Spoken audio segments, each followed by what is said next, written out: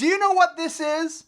This is a Fender Starcaster Distortion. Fender had this line of pedals, I want to say like 20 years ago, that they sold in Targets and Walmarts and Costco's, etc. It was like a discount brand, and they came in a blister pack, and they were like 25 bucks or something like that. That's what this is. This is a $25 blister pack Distortion from Fender underneath the Starcaster brand for some reason. Back then, they were abusing the Starcaster name. They were doing some awful things with it before they re-released the Starcaster guitar. But anyways, what I want to know is this a metal zone? Is it better than a metal zone? Is it worse than a metal zone? We're going to find out, because I'm going to compare it to the most popular guitar effect ever made, the Boss Metal Zone. So let's get them plugged in and see what we got. I'm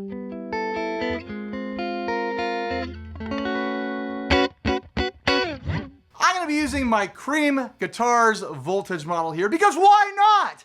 It's amazing looking. Look at this guitar. It's beautiful. And it's perfect for this video because it plays really super duper fast, and it's got some great humbuckers in there, making it perfect for a metal zone shootout video. So anyways, before I turn these on, I should let you know that I am running into the Two Princeton's rig.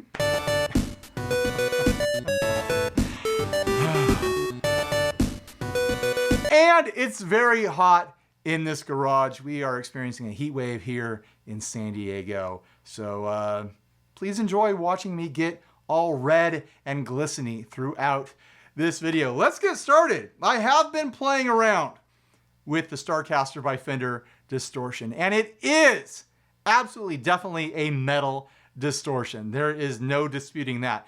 But I'm not convinced yet. I haven't compared it yet myself, so this is going to be a surprise or a revelation to both of us, to all of us, everyone watching right now. I'm not convinced it does sound like the metal zone. I haven't done a direct comparison yet, but my tonal memory is telling me that it's missing something. Like the gain character is different. It's not as tight. It's not as like low end punchy.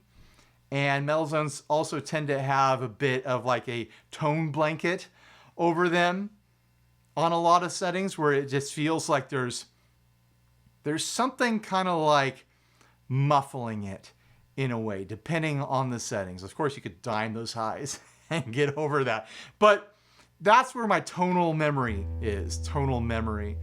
Let's see how close I got in my guess. I'm gonna go through a bunch of settings on the Starcaster here, and then we'll start doing some comparisons.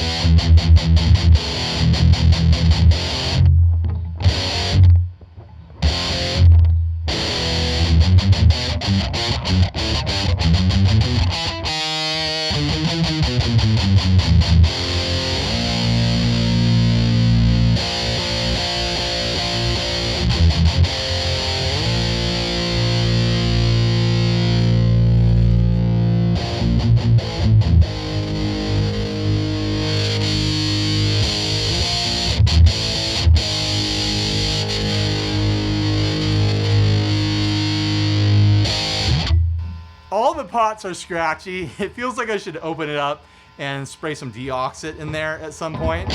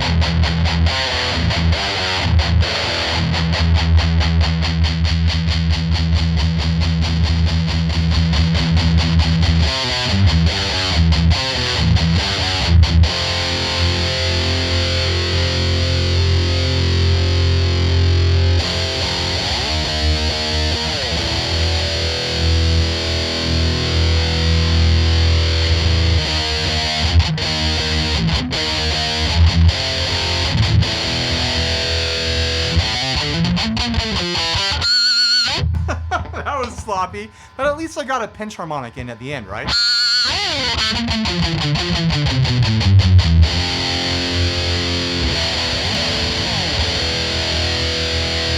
Try going low gain with it now.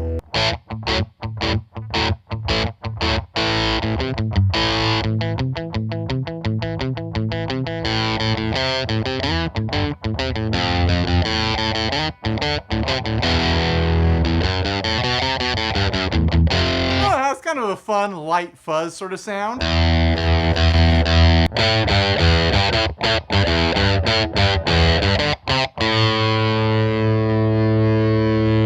Immediately, it wants to be a metal distortion. You turn it up at all.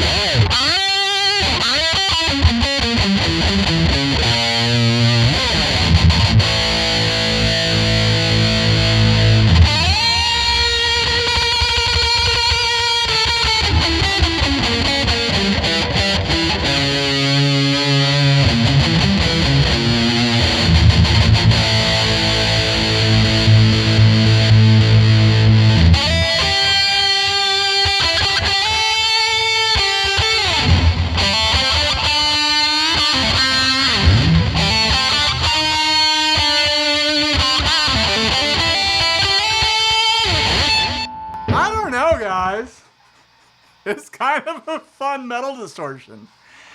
Let's see how it compares to the Metal Zone, but I don't know. They might have been onto something 20 years ago, distributing these in $25 blister packs at Walmart and Target and Costco and Best Buy, etc., etc. All right, let's do a quick comparison. That's how I have it dialed in right now. Let's see how I have the Metal Zone dialed in. I haven't touched it since the last time I used it.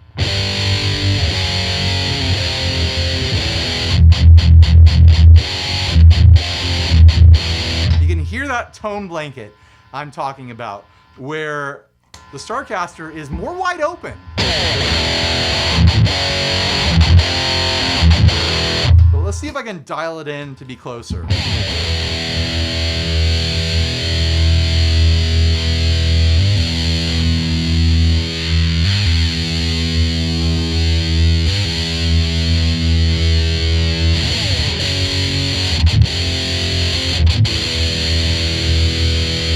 It's clearer now, but it still has this kind of muffled quality to it.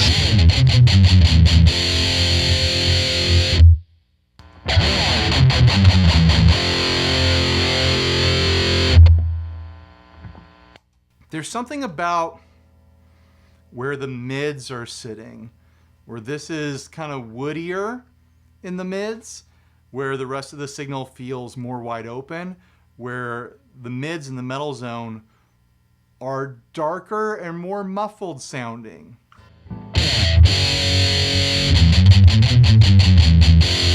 This is woodier and this is woollier. We're talking about the W's now.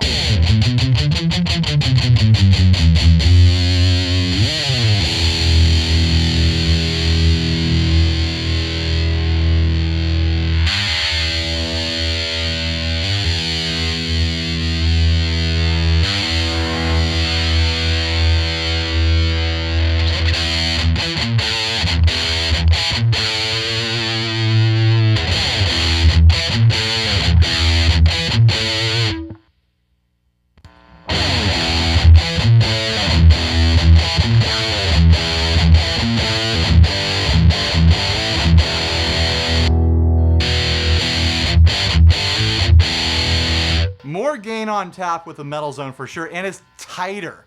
It has this really, really tight sort of feel to it, where this is more like a high gain, like stacked amp overdrive sort of sound. It's not exactly like it, it's still a metal pedal, but it breathes a little different. Right?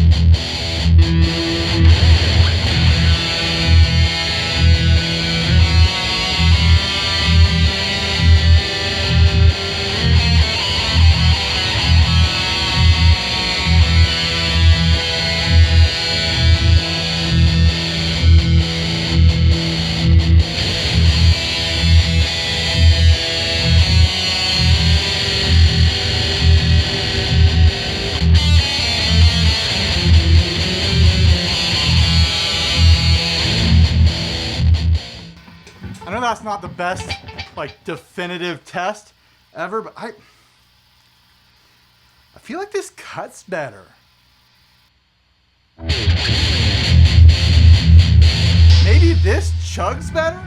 Let's try reversing that. I'm gonna wipe that loop.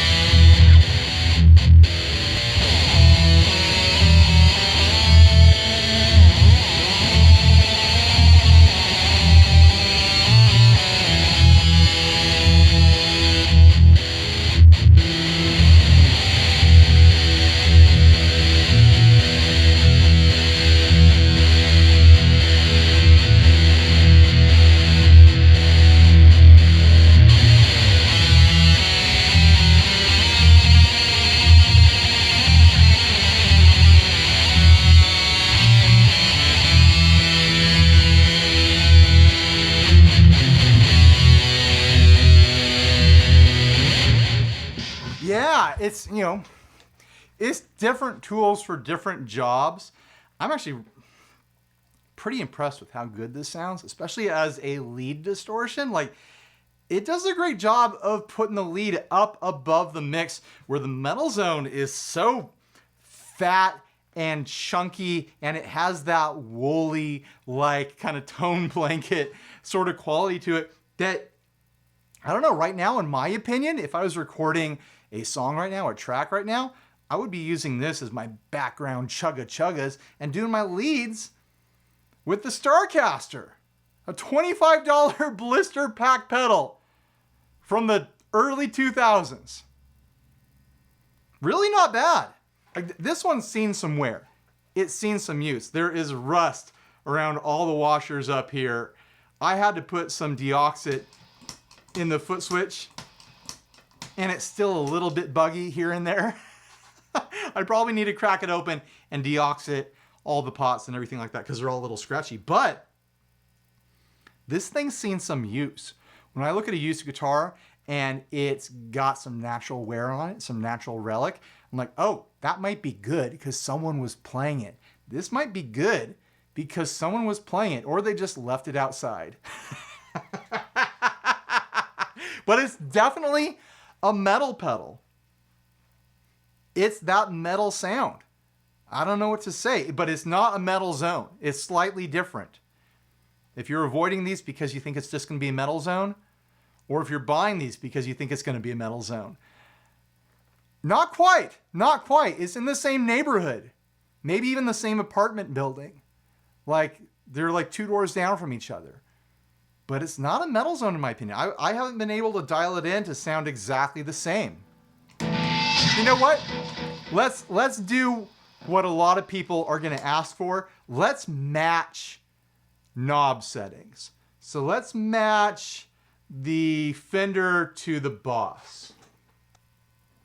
Over the years, I've learned that there's people out there who think that when you are comparing products, whether it be amplifiers or pedals, you have to dial them in exactly the same.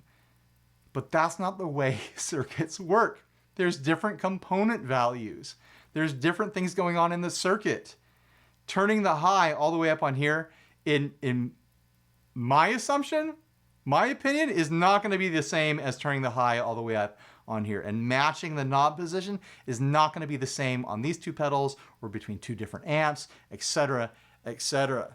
There's different sounds across the range of every knob on every product. They're all dialed in differently, but we might as well humor those people and give it a shot. So here it is with the Starcaster dialed in the same as the metal zone. Turn off that delay pedal that I left on.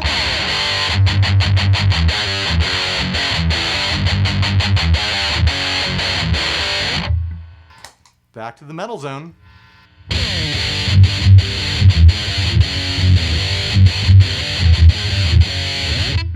Yeah, not really the same thing. Now let's dial this in where I like it, and then we'll match it with the metal zone.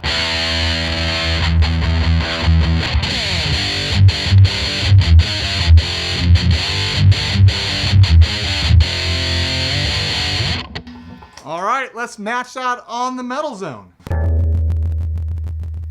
This is gonna have so much low end. This is gonna be ridiculous.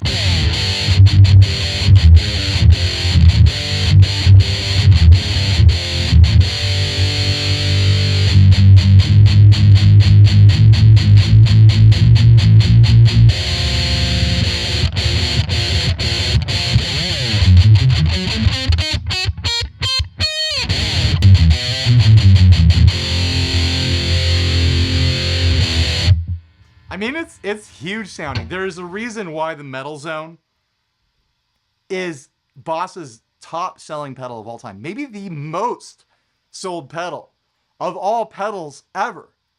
There's a possibility. Someone check the numbers for me.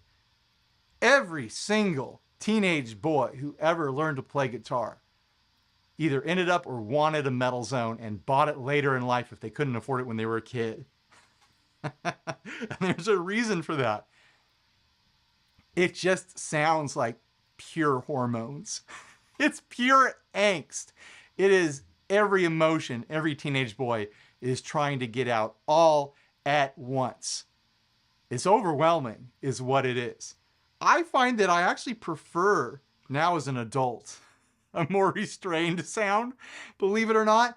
And the EQ qualities and honestly the gain qualities of the Starcaster is doing it for me better than the metal zone. I mean, the metal zone is a meme pedal in a lot of ways at this point, but it's still incredibly powerful. It's huge sounds, enormous sounds from the metal zone. But I just find that I like where this sits in the mix better. When I did that little loop back there, this popped to me, especially for leads, where this had that heavy, thunderous chug. So yeah, my final judgment is that they are not the same. This is not the father. Well, it might be related. You never know. This might be a circuit trace of this, but then they changed some components. That's how pedal design works. You take an existing circuit design and you change things and you make it your own. So it could have started out as a metal zone in the Fender Skunk Works over there. Let's try it with the baritone. Thank you for reminding me. I almost forgot. This is gonna sound ridiculous through the metal zone on its current settings. The low end's gonna be stupid. But let's start off with the Starcaster. Here we go, baritone time.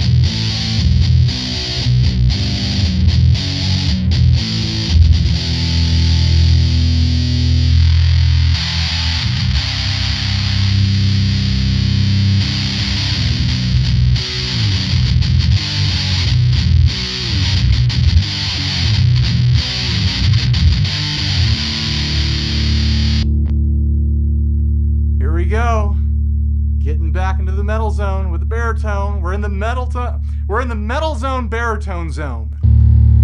Barizone.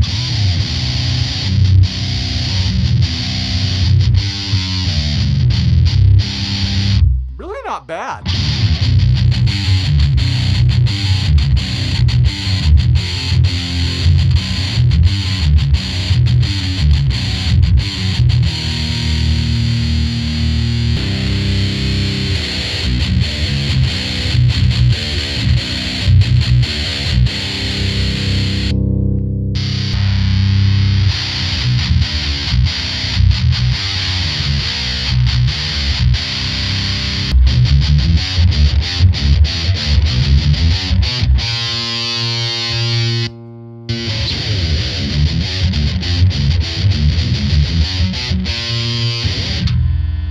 That's funny. I think the metal zone sounds a lot more fun on the baritone than the Starcaster. How interesting. How strange. It's almost like your own particular use at home might vary from what I'm experiencing here. So you need to make decisions. You need to make your own choices. I can't tell you what I like and have it be the same thing as what you like. You got to use your ears. You got to look at your rig. You got to look at the sounds that you like to make and figure out if you want to add a discontinued Fender Starcaster Distortion to your rig.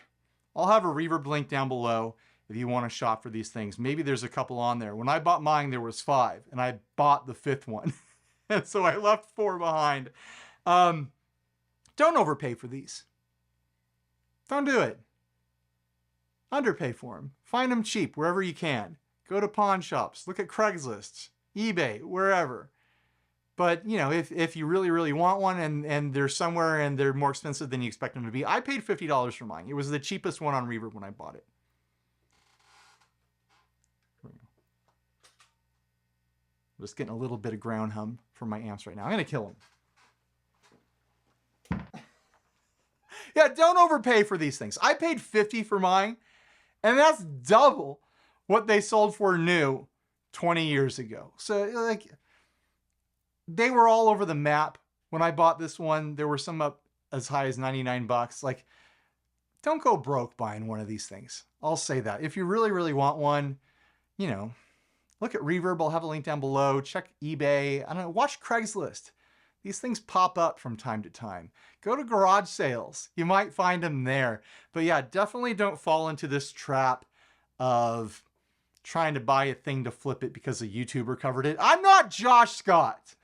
There's not enough people who watch this channel for that to happen with these pedals. It's a metal pedal. It's fine. You can chug with it. You can deedly. You can pinch harmonic and stuff like that. There's a million pedals out there that do it. But it was pretty fun to explore this thing and to revisit something that came out well before this channel existed, well before, you know, Guitar YouTube was the thing it has become.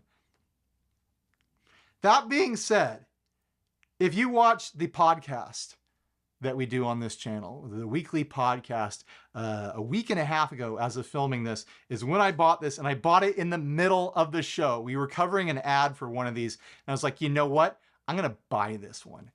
And the confidence to do that, the freedom to do that came from financial support from viewers like you. It came from the Patreons. I paid for this $50 pedal to make this content with Patreon funds. So huge thanks to the Patreons. I'm scrolling their names right now. Pick a name from the list and thank them personally in the comment section for making this video and other videos possible. It's great to have that money, that budget just sitting there so that when I get a whim, I can make random content that's not officially sponsored by anyone. It's officially sponsored by the Patreons. So yeah, once again, huge thanks to the Patreons. Every little bit helps. It's a $50 pedal. It wasn't a huge purchase, but you know, if we didn't have Patreon support, it would have felt like taking a meal out of my family's mouths. You know, that's the reality of it. And you know what? I like it. I think it's a fun distortion, but I don't think I should keep it. I've got enough stuff around here. It's cool. And maybe, yeah, maybe I did blow up the values. Maybe these go for $1,000 on Reverb now because I made this video. But guess what? I'm going to give it away. I'm going to hoop jump this thing. One pedal this time. One pedal for the Hoop Jumpers Club. Click the link down in the description if you want to enter to win. You just click the link and then you jump through hoops.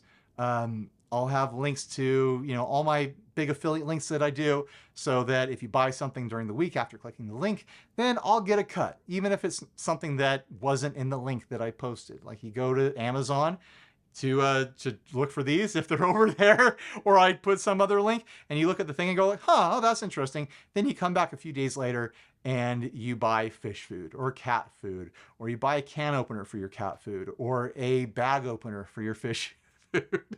Are there container openers for fish food? I don't think so. So anyways, you get the point. Once again, huge thanks. I hope you win. All right, thanks for watching. Please like, subscribe, dislike, leave us rude and nasty comments, support us on Patreon, and buy a shirt if you're naked. Bye, everybody. Stay grounded.